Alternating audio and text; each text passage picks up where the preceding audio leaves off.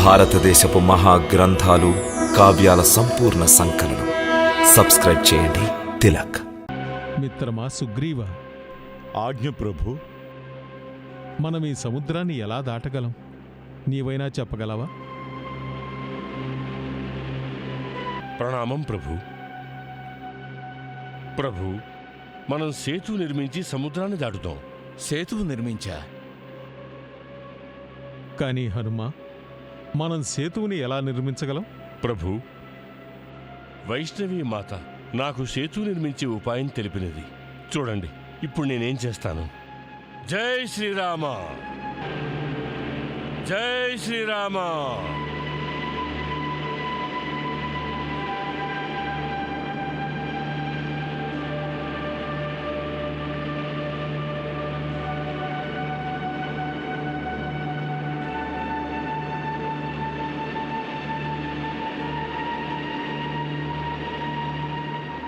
జై శ్రీరామ, జై శ్రీరామ, జై శ్రీరామ, జై శ్రీరామ, జై శ్రీరామ.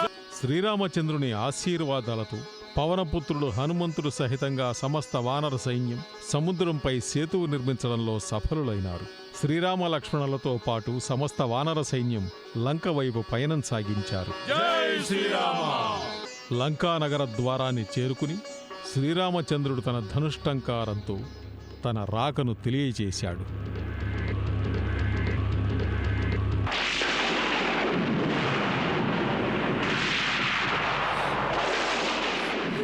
ప్రభు వచ్చాడు, ప్రభు వచ్చాడు.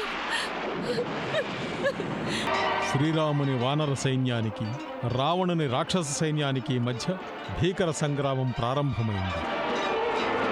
అనుజుడైన లక్ష్మణుడు తన ప్రతాపాన్ని ప్రదర్శించాడు.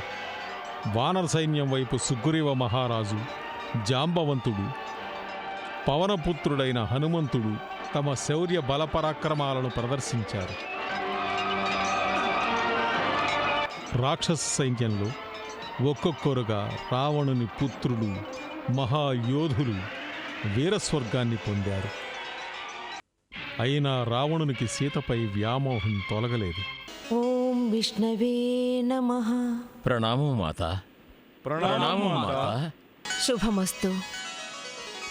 మాత, అనివార్య కారణాల వల్ల తమ తపస్సుకు భంగం కలిగించడమైంది. మమ్మల్ని క్షమించండి. ఇంతకు తమకేవంత కష్టం సంభవించింది?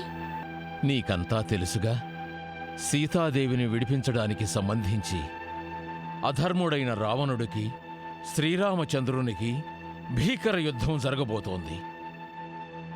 తెలుసు, కానీ ఇందులో భయపడవలసిన అవసరం ఏముంది?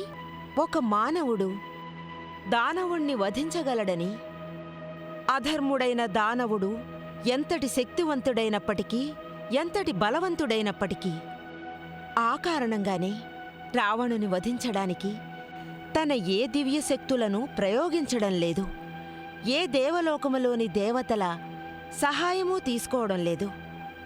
అంతెందుకు, ఆదిశక్తి మహాలక్ష్మి సాయం కూడా. మాత, శ్రీరాముని ఇచ్ఛకు విరుద్ధంగా దేవలోకంలోని ఏ దేవతలు కూడా తమ అపురూప శక్తులతో శ్రీరామునికి ఎలా సహాయం చేయగలరు? అందుకే మేము మీ దగ్గరకొచ్చాము మాత.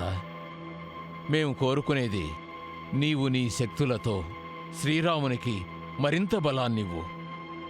ఎందుకంటే నీవే ఈ కార్యం సఫలం కావడానికి శక్తిశాలివి. నీవే ఈ కార్యం చెయ్యగల సమర్థురాలివి. దేవి, వైష్ణవీదేవి, నీవు కూడా శ్రీరాముని వలెనే మానవావతారంలో మానవ ధర్మానికి బందీవయ్యావా? మరి శ్రీరాముడు, హనుమంతుడు ఇతర వానరుల సహాయం తీసుకునేటప్పుడు నీవు ఆయనకు అధర్మం మీద విజయం సాధించడానికి శక్తినిస్తే దానివల్ల ఆయనకు ఎలాంటి ఆపద రాదు. అవును మాత, దేవేంద్రుడు సత్యము వచించినాడు. నీవు ప్రభువు యోగమాయవు కనుక నీవు ఈ సంకట సమయమున వారికి సహాయపడవలసి ఉంది. మాత, మేము మీకు విన్నవించుకుంటున్నాం. నీవు శ్రీరామచంద్రునికి మరింత బలాన్నివ్వు, మరింత శక్తినివ్వు. లేదు దేవేంద్ర, నాలోని శక్తి వారి శక్తి నుంచే ఆర్జితమైంది. మరి నేను వారికి ఈ శక్తిని ఎలా ప్రసాదించగలను? అవును, మరి నేను ఈ మానవ అవతారంలో ఏ శక్తుల్ని నా తపోబలంతో ఆర్జించుకున్నానో వాటిని ధర్మరక్షణకి, అధర్ముడైన రావణుణ్ణి వధించడానికి ప్రభువు చరణాల చెంత అవశ్యం అర్పిస్తాను. ఇదే మంచి అవకాశం మా ఇరువురి శక్తులు ఈ లోకంలో ఏకం అవడానికి.